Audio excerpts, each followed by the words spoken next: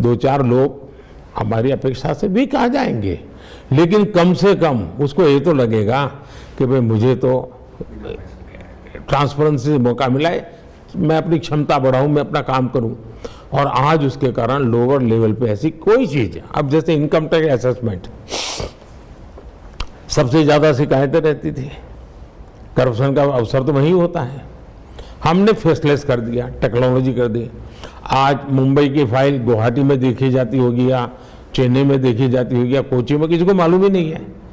और इसलिए वो मेरिट के आधार पर चीजें देखता है, तो लोगों का विश्वास भी बनता है और काम भी शुरू। सर्विसेज में हमने डिजिटल अप्रोच लिया, ह्यूमन इंटरवेंशन को हम मिनिमाइज करने की कोशिश कर रहे हैं। अब जैसे हमारा जैम पोर्टल है, आप जैम पोर्टल पर आइए, सरकार को जो भी खरीदी करनी है जैम पोर्टल पे जाए, कोई और स्पीड भी होती है, क्वालिटी भी मिलती है। तो मैं समझता हूं कि ये हमारा जो ऑनलाइन मैकेनिज्म है, एक मल्टीफेसेटेड हमारी एक्टिविटी है, उन सारी चीज़ों का परिणाम है।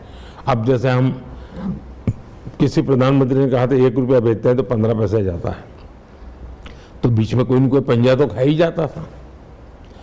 अब हम डायरेक्ट बेनिफिट ट्रांसफर कर रहे हैं, 1 रुपया भेजते हैं 100 पैसा पहुंचता है, तो सामान्य मानवी को भी लगता है मेरे हक का मुझे मिलेगा। तो उसके कारण अब मुझे बताइए, कोरोना के इतने बड़े संकट में भी देश पूरी तरह सरकार के साथ क्यों रहा? उसको विश्वास था कि संकट बड़ा आया है, लेकिन ये भी हमारी तरह मेहनत करते हैं तो इसका फायदा होता है। तो ईडी और सीबीआई के मिसयूज के बारे में कुछ सवाल उठ रहे थे। मैं हैरान हूं जी कि कोई भी, अगर मान लीजिए रेलवे है, रेलवे में टिकट चेकर का एक पोस्ट है, अब कोई ये कहे कि भाई ये क्यों चेक करता है टिकट, क्या हम बेईमान है क्या? टिकट चेकर का दायित्व है कि टिकट चेक करना चाहिए उसने। वैसे आपने ईडी बनाया क्यों, सीबीआई बनाया क्यों? ये उनका दायित्व है। सरकार ने अपने राजनीतिक स्वार्थ के लिए उनको रोकना नहीं चाहिए, उनमें अड़ंगे नहीं डालने चाहिए, उनको स्वतंत्र रूप से काम करना देना चाहिए। जैसे एक टिकट चेकर को करने देते उसको भी करने देना चाहिए। दूसरी बात है, तो आखिर ईडी ने काम क्या किया है? ईडी ने करप्शन के खिलाफ मामले किए। अब हर प्रकार के होते हैं, सरकारी बाबुओं के होते हैं, ड्रग्स माफियाओं के होते हैं, कई प्रकार के होते हैं। इसमें सिर्फ 3% वो लोग हैं जिनका राजनीतिक जीवन है या राजनीति से जुड़े हुए लोग, 3%।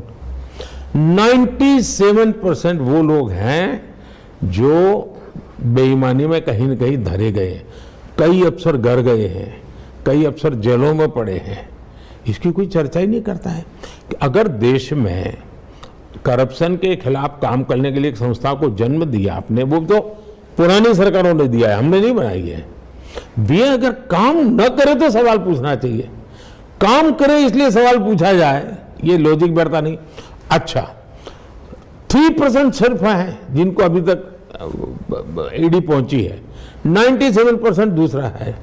दूसरी बात है, भ्रष्टाचार से सिर्फ रुपया पैसा का न्याय होता है ऐसा नहीं। मान लीजिए एक ब्रिज है, भ्रष्टाचार के तहत ऐसे ही किसी को कॉन्ट्रैक्ट दे दी गया और ऐसे ही उसने ब्रिज बना दिया और कुछ साल में वो ब्रिज गिर गया। मुझे बताइए कितना भयंकर नुकसान होगा। उसी प्रकार से एक सामान्य नागरिक बड़ी मेहनत करके उसने अपनी एग्जाम पास की, लेकिन चूंकि भ्रष्टाचार नहीं कर पा रहा है, क्योंकि उसकी सिफारिश नहीं है, इसलिए उसको हक नहीं मिलता और किसी फालतू व्यक्ति को नौकरी मिल जाती है। यह असंतोष जो है वो देश में लंबे समय तक नहीं चलता है। दूसरा, ईडी ने 2014 से पहले पीएमएलए, जिसके अंतर्गत ईडी ऑपरेट करती है, 1800 से कम उन्होंने केसेस किए थे। अब देखिए, जबकि उनको काम करना था, जबकि उस समय तो सरकार पर बहुत आरोप लग रहे थे भ्रष्टाचार के, 1800 किया। 2014 के बाद हमने 10 साल में हमारे यहाँ सब कारखंड में ईडी ने 5000 से ज्यादा केसेस किए हैं। ये उसकी एफिशिएंसी है, उसकी एक्टिविटी दिखाता है। 2014 से पहले ओनली 84 सर्चेज कंडक्ट